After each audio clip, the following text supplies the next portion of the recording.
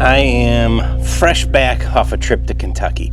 I've been back for about 2 days, and it has just poured rain the last 2 days, which is nice because if for the amount of rain we got yesterday, if that was snow, it'd have been at least a foot. So it's cooled off a little bit today, but it's still, man, it's 35. What a weird winter. Like when I was in Kentucky, it was, -6, -12. Just really cold for the first half, and then the second half it warmed up, was 45. Yesterday it was 52 degrees. Today's 35, 48 tomorrow. Anyways, a lot of up and down. It's kind of weird. I thought today, I had to clean my boiler out because you got to do that I like to do it every week, but when you're gone for 2 weeks, you can't do it. So it is running great. Boiler commander's keeping up. Everything is running smoothly. Hate to say that out loud. And I thought today would be a good day. It's Saturday to work on the Firewood man cave and see if we can get some stuff done there, maybe get the wood stove hooked up. And I want to talk to you guys. I made a video, I'm going to say about 7 or 8 months ago, on boiler wood being lazy. Probably came out about 6 months ago, but that might have been about the time we were doing it. And in that video, I had a guy trolling me calling boiler wood lazy, and for some reason I felt the need to entertain the guy or answer him or address it or whatever. I put up a lot of wood that I didn't split in the back of the shed here. And so we are more than halfway through our heating season. We heat from, I would say, about Thanksgiving to mid-March. So we're probably 9 weeks into it and maybe 6 weeks left. This shed holds 6 cords. It's completely gone. Some of the totes of junk I had maybe half a dozen of those. Those are burnt up, and we're probably at least a full cord, maybe cord and a half into what's under the shed. So I've got enough to make it through. It'll be just fine. But I'm into that stuff that I stacked in that video, and I thought maybe we could split some open and see, where the moisture content is on that. So I don't know how many of you guys bought a big TV lately, or any TV for that matter, but I bought 2 Vizios for in Kentucky, like a 32 and a big 65 like this. And now I have this LG. If you want to even turn this stupid thing on, you have to go, it's like, I started with this one and it wants you to log into your account. Well, I don't have one. So you got to, on the Vizio, download an app, scan a QR code. On this one, you've got to put an email and a password and reconfirm your password and your zip code. And is it wall mounted? Well, it takes forever to register the thing. At the end, it asks for my birth date. So I just hit OK and put today's in. And it said I was too young to set up a TV, made me do the whole thing over. So I spent about an hour getting to this point. I still haven't logged into any of our apps or anything, but it's kind of a neat TV. But man, let's see what Jack has since he's making a man cave.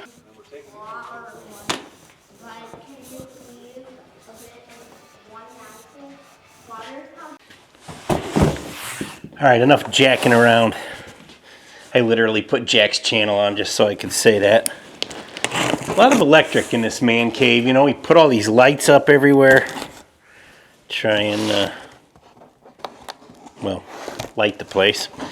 But I had to, Mike redid the outlet for the splitter there, and then I had to shoehorn an outlet into the wall from the other side for the TV there, because, you don't want to see an extension cord.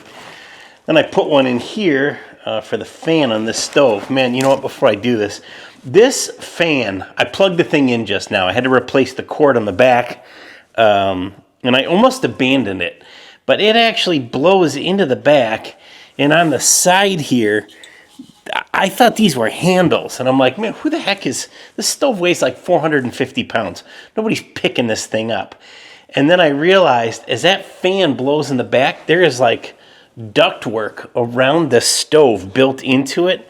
And it blows out those both ways, kind of on an angle, towards the couch here. It'll probably bake me off the couch.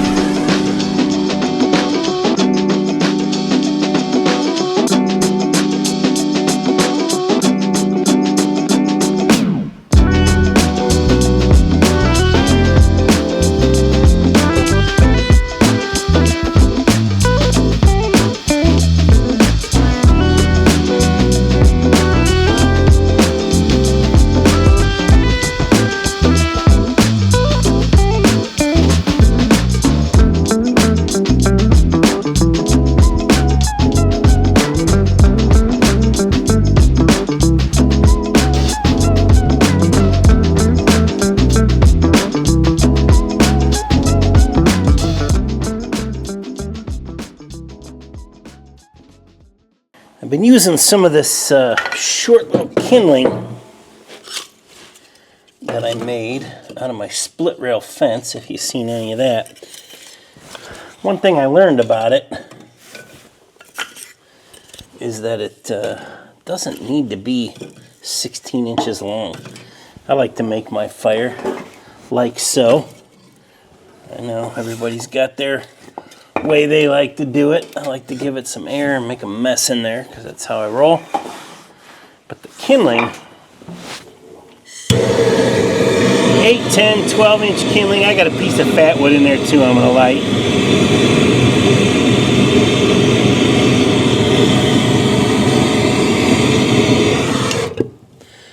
Man, I'm hoping this just does its thing and life is good. Man, I'm going to vacuum that out. Hold on.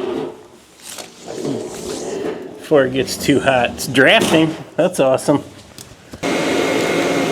That's the vents in there. Look, it goes all the way through the door. That is drafting right up. That is awesome. I mean, and that's a straight shot up through the roof. So it shouldn't be shocking. Let's get her good and hot. I'm hoping this glass cleans off from the heat. If not, I'll have to do it the old-fashioned way.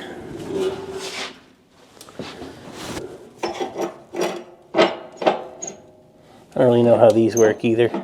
But she's burning.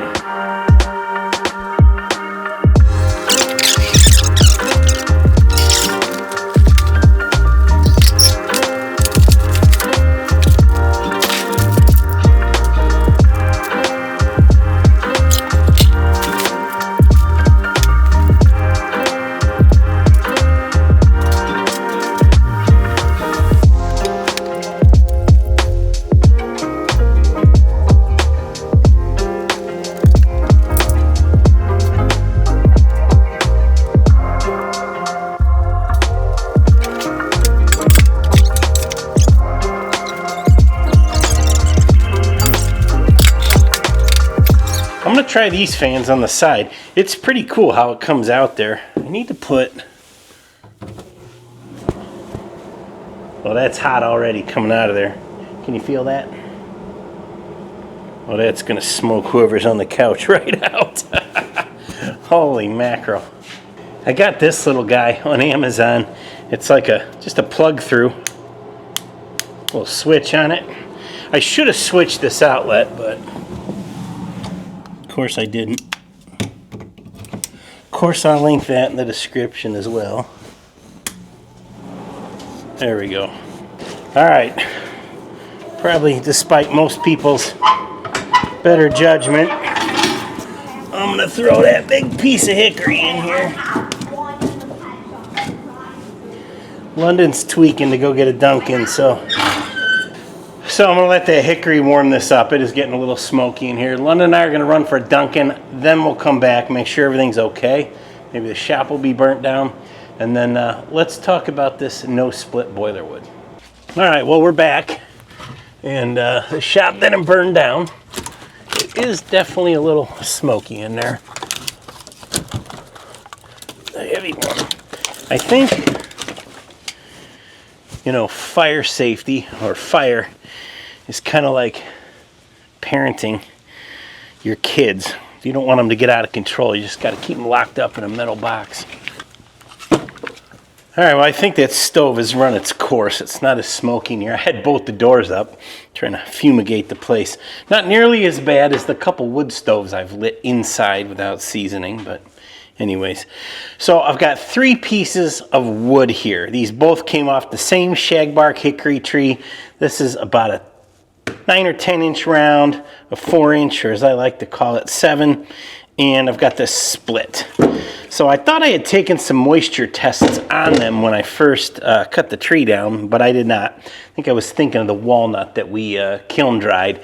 But I'm going to say, I mean, whatever a green tree is, when cut it down, it doesn't really matter. There's this age-old debate with boilers where guys say, I like green wood, it burns longer. No, you got to have dry wood, it gives you more BTUs. And I think, I've been of the camp that the wet wood burns longer. I think it does, but My boiler burns better with seasoned wood. It burns cleaner, I should say. It's a lot less maintenance for me. I'd rather cut and split wood than clean the boiler. I do think too that most boilers spend the majority of their time at idle with the tank heated.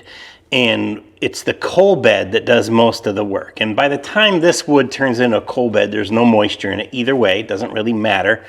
But when I shove new wood in, I can see on the graph on my Inkbird, if it's cold, wet wood, like covered in snow even, not just green, that boiler goes, takes a big dip, and then it's got to bring itself back up. If I'm putting dry wood, it's been covered, it's not wet from rainwater or snow, and it's had a little time to season, that boiler doesn't dip so hard trying to heat the wood up, if that makes sense. And once it's on fire, when it does call for heat, that dry wood that gives off more BTUs gets it up the temp faster and shuts back down to an idle. There's a balance. There's probably a sweet spot to it, because if you get too dry wood, it makes too much gas, it ignites too hard, it can make your boiler burp, things like that. So anything in the 20s, I think is fine. You know, say you're throwing 42% wood in there, it's probably a problem, but it doesn't need to be 6. So I want to see where this stuff comes out. Not because I particularly care where it does, but I want to see small round, big round, and a split. These have been sitting out there for 8-9 months. I want to, my TV's making noise. I want to see how much difference there is in the dry time. Anyways, let's split and test them.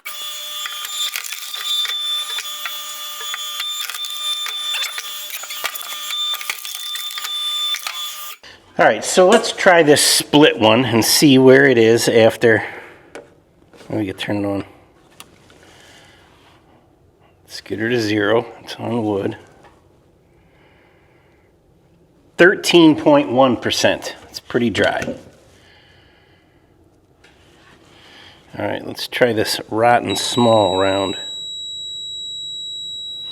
What does that mean? Oh. High moisture, it says. We're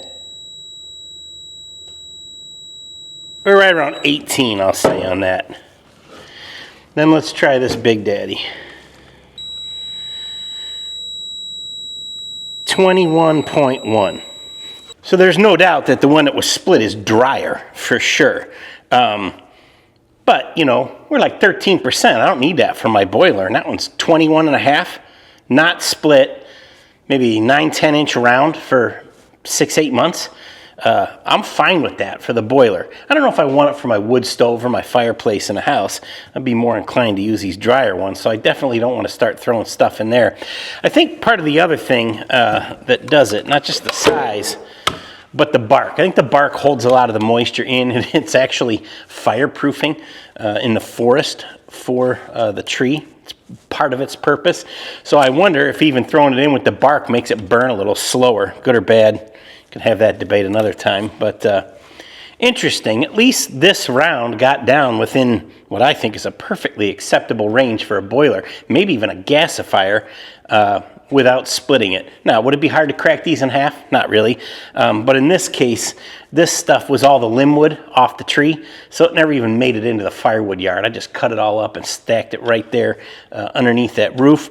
And man, that is in the shade 100% of the time under the roof there. It is out of the wind for the way it is, but it's covered.